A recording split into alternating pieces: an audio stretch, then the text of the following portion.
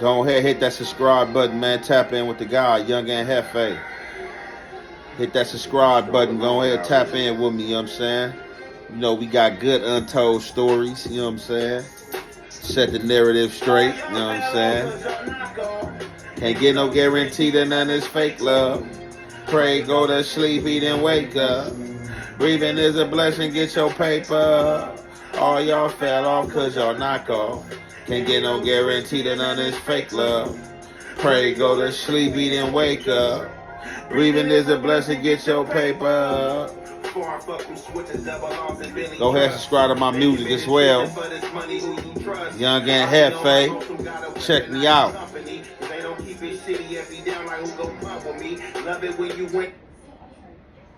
Alright, we're gonna get into this commentary right here, man. So y'all can see what I'm talking about and I can give y'all some insight, you know, on this story told by another podcaster.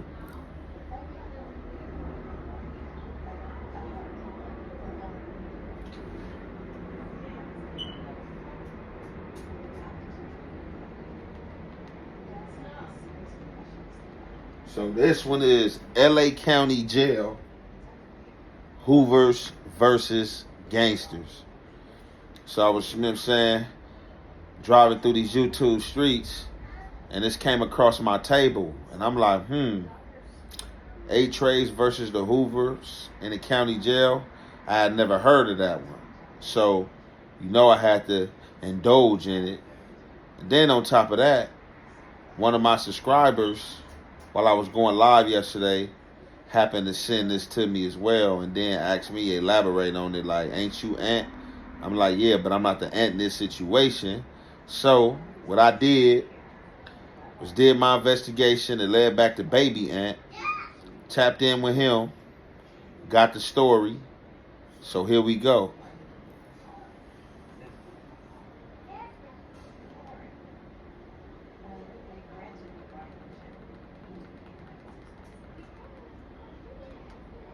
You smile at a white bro, why can't you smile at your brother and say, what's up, bro? How you doing, man? Why can't you greet your brother? Why we got to be so tough and tedious and laborious and strong towards one another? Because we're not caring about each other enough. And once that changes and we begin to care about each other and greet each other properly, then we will obtain our freedom. That's the bottom line. Let's get into it. This transpired in the Los Angeles County Jail between the Hoovers and the 8 Trey gangsters. Now, I don't want to keep bringing stories where it seems like the Hoovers are always on top or come out on top. But the truth is, I can't recall many situations where the Hoovers have been the victims. Just outright victims. Now, I got to stop him right there because that was just funny. Like, he said he can't find no stories where the Hoovers been the victims. Well, I mean, about our perspective sets, if you come from that hard part of South Central and you have a big reputation and big name behind your game from these tedious acts and vicious acts, of course you're going to feel your gang is number one and your gang ain't taking no L's or no losses. But out here where stories are told and truth unfolds, we talking facts. So we're going to get back into this. Victims. Good luck trying to extract one of those type of stories out of me. You'll be waiting. Now, the 8 Trey gangsters and the Hoovers, of course, naturally, are oftentimes allies. We've been cool with one another for decades, but there have been times, like there have been with other groups, where they have been our allies, and we fall out and get into it with one another. That lasts even on the street, that lasts 4, 5, 6 months, what have you, and then we're back cool again. And that's sort of the case with the 8 Trey gangsters. It's been a hot and cold relationship, especially the last couple of decades, or the last decade or so. But those are the homies, man. We're always good with them. But now and then, even brothers, as I said before, have spats and get into it. Such was the situation here in the Los Angeles County Jail. fair to say. Where Baby Ant, I believe was his name, was my celly. He was from Eight Trey Gangster. We were all young. He was a young dude. This was in 1999 as well, or maybe 98. And I forget what his... Yeah, so he's speaking of the bro, Baby Ant. I'm Young Ant Jefe. He's speaking about Baby Ant. This was back in 99, 98, 99-ish, when he went down for a case. He was in the LA County Jail. He had received 83 years to life. And at that time, appointed time in the county jail, this guy right here, which is China Man from 11 Deuce Hoover, was Baby Ant Selly. So, get back into this. Charges were, but he was in there fighting like some robberies, or perhaps an attempted unaliving. But he did not have a hot one. A hot one is, of course, an unaliving. He didn't have one of those, but he was fighting a lot of time. And he ended up getting 80-something years. But he was cool, and we used to converse in his cell. He was in there putting in a little bit of work. Dark-skinned dude, a mini afro, had a little size on him. A strong dude. And I liked him as a celly. And he was starting to stress about the time that he was facing, the cases that he was facing. But he was hanging in there, like most of us were doing, and all of us have to find a way to do. So, you know it ain't no secret. You in the county jail, you fighting cases that holds life sentences. You in there stressing, people faking on you, people fagging off, spinning off, not in contact with you, ain't got strong support, want to be back on the streets, want to be with your family, probably in there thinking like, damn, this some bullshit, I'm here for some bullshit. If you ain't been locked up, we ain't all been through that situation and all been stress cases and stress boxes. So I guess from his perspective, this is what he's seeing from Baby Ant. One day, he goes to court when his case is concluding. It's coming to his closure. He's already been found guilty. And I can't recall if he received his time on this particular date, again, 80-something years, or if he was about to receive his time in the next court date or whatever, but he had already been found guilty. So he was in a court tank fuming. He was extremely upset one day coming from court, whatever transpired inside of the courtroom. He comes back to the cell at the court and just stops right there at the bars and tells me, hey bro, hand me my stuff, give me my stuff. I'm like, what stuff? He's like, all my property, I'm finna move. I said, you moving? Where you moving to? He said, I'm going over there. He was going to the other side of the module in the cell with one of his homies. Now, the only thing I dislike about this is that he's not saying nothing wrong. He's commentating from his perspective. But watch the hook, line, and the sinker and how he make Baby Ant sing. I knew this homeboy that he was talking about, but I never knew that he was planning on moving over there. This was just sudden and unexpected because he had just came back from court, like I said, and just said, man, just give me my stuff. I'm finna move over there, bro. Appreciate everything you did for me, etc.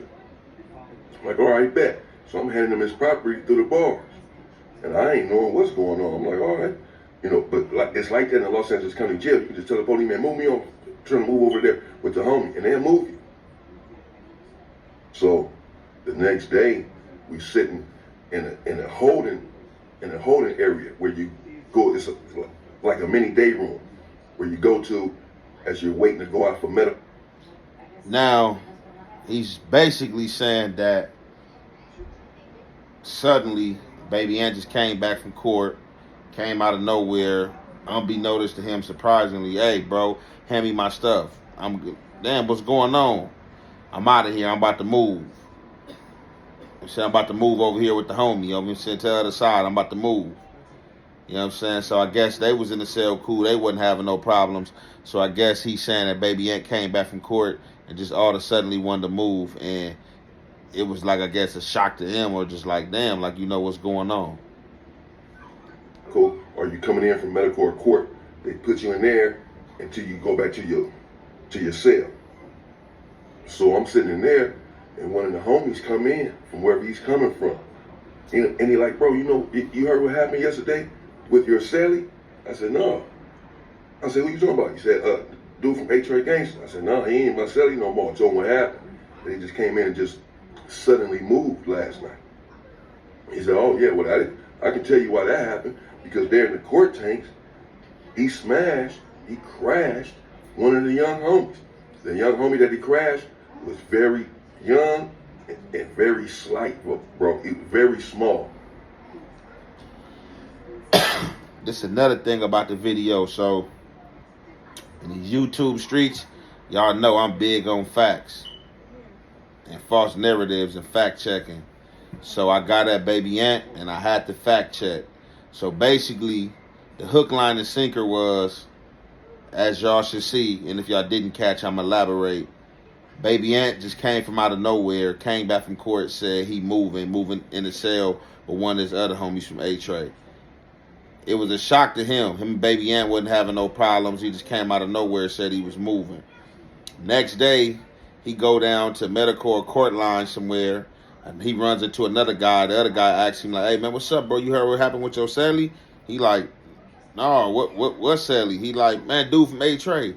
"Oh no, he ain't my celly no more." Shit, he moved. He run down to him. He just came back from court and he moved. So, oh well, I could tell you why he moved, dude. He said, you know what I'm saying? You know, he went to court yesterday and he got down with one of your homies. You know, crashed one of your homies out, beat one of your homies bad. So, dude is saying that the dude from Hoover that Baby Ant got on was one of their younger homies, and a younger, smaller dude, smaller than Baby Ant. Now, I'm going to get back to this, then I'm going to elaborate more on that because, you know, I had to go holler at Baby Ant and get the facts before I did this. I said, well, what happened? Why did he do this? He said, well, I guess he was upset about having been found guilty. And he was just looking to take it out on somebody. You know, so he asked the homie why the homie kept looking at him. You know where the homie was from. He knew he was from Hoover. And see, they supposed to be our homies, supposed to be our allies. Here it is, you sitting in the cell with them, lacing them up with everything, you know, messing with him. This supposed to be your boy, your man's in there. And look what he do. As soon as you turn your back, you go to the court tanks and do this to one of the young homies. He said it was dudes from neighborhood in there. How come he didn't attack one of them if he's so pissed off? Why you decide to attack one of the homies? Because he think we just gonna let that shit go. That's why, bro. He said that. Now, right there, that's absolutely false. He said that Baby Ant was basically stressing, just tripping, and automatically tripped on one of his homies. Baby Ant basically didn't like the decision that happened in the courtroom, came back in there and was looking for somebody to fight. It was neighborhoods in there and all that, and Baby Ant decided to trip on the Hoover. That's false. So let's elaborate. The dude from Hoover was not young. He was an older dude, an OG dude named Crook from 7'4", a dude about his age. Probably a dude about like 60 right now, or like in his 50s somewhere. He was an older dude. He wasn't a younger dude.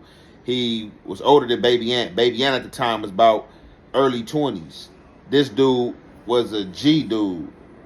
Baby Ant said they was in a court tank. While they in the court tank, Baby Ant said, yeah, he was hot.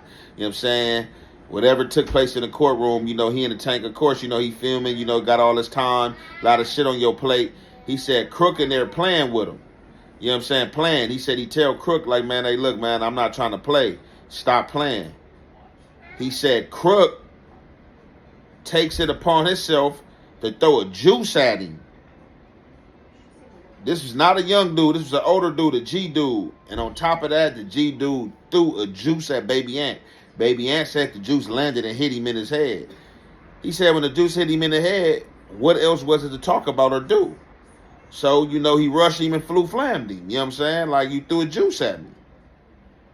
So we're going to let him finish talking. And told the young homie, man, why you keep looking at me? The homie said, no, I ain't looking at you. And then Ant just jumped up and rushed him. After the homie just said, man, I ain't looking at you. Fuck you talking about? He jumped up and rushed him. And hurt him pretty bad. Put him on the ground and was hitting him still while he was on the ground. The homie had done nothing. he wasn't even looking at him, according to everyone in the court chambers. He had done nothing. He was just sitting there minding his own business. He came from court. He's not happy either. We all have our own problems. We're all fighting cases. We're all fighting time. No one wants to be going through this shit. But if you did the crime, we in there. We got to man up and deal with what we have to deal Man, he with. making his homie seem like a victim You and like taking Baby out Ant your just personal tripped. problems and your personal troubles in this courtroom and thrusting them onto a young, unsuspecting, undeserving homie is unacceptable. That's false. Dude wasn't young. It was an older dude named Crook. And they got into it because he was playing. You can't be playing with nobody when they receiving time in lengthy sentences. Straight up. Definitely can't throw no juice at nobody. So he threw a juice. And that's what got him to beat down, him throwing the juice. So I understood then why he decided to move all of a sudden. He didn't even come back in the cell with him. And I found that suspicious. But he was a strong, solid dude, so I didn't think too much of it. But I was wondering that night, what the hell was that about? And the very next morning is when I found out. So the young homie that's telling me this, he like, yeah, man, so what's up, bro? He telling me. And then you see how he make Baby Ant seem like Baby Ant just moved out the cell because he just got on one of his homies and knew it was going to be a potential problem with him. That's false.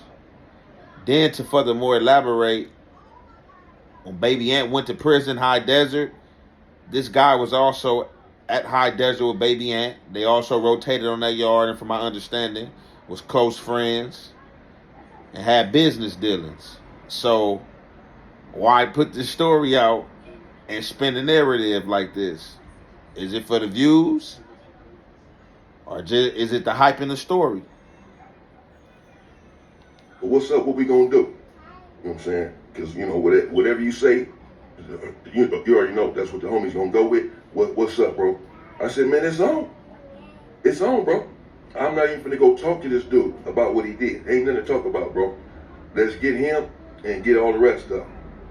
We finna go up. That's what we gonna do. It's on site. Let the rest of the homies know. Like, all right, bet. You know what I'm saying? That's what I'm talking about. Yeah. And it just so happens, I swear, as we're sitting there talking, it's a dude in there that just walked in. He's catching a piece of the conversation. Light-skinned or light brown-skinned dude, skinny dude with braids. And to find out he's from Eight Trey gangs because he looking at us, then he turning his head a little bit as the homie's explaining what happened there in the courtroom with his homeboy. I don't know who this dude is that just walked in here. The homie doesn't either, but now we're suspicious thinking. So I hit him up. Now remember, I'm young. I'm talking 20-something years ago, man. I'm still in my 20s. And yes, indeed, I am active. So I hit him up. Bro, where you from? See you over here looking all in our conversation. You one of them boys, huh? I said, where you from, man? He said, I'm from Eight Trey gangster. But he was trying to say, but before he can get it all out, yes, indeed, I rushed him. I took flight and dropped him. So I'm not going to even let him finish this. I'm going to cut it there. Absolutely, that never happened. Baby Ant don't want to be on camera. I wish I could bring him on here for him to elaborate more. It was no backlash behind that. No Eight Trey gangster never got rushed behind that.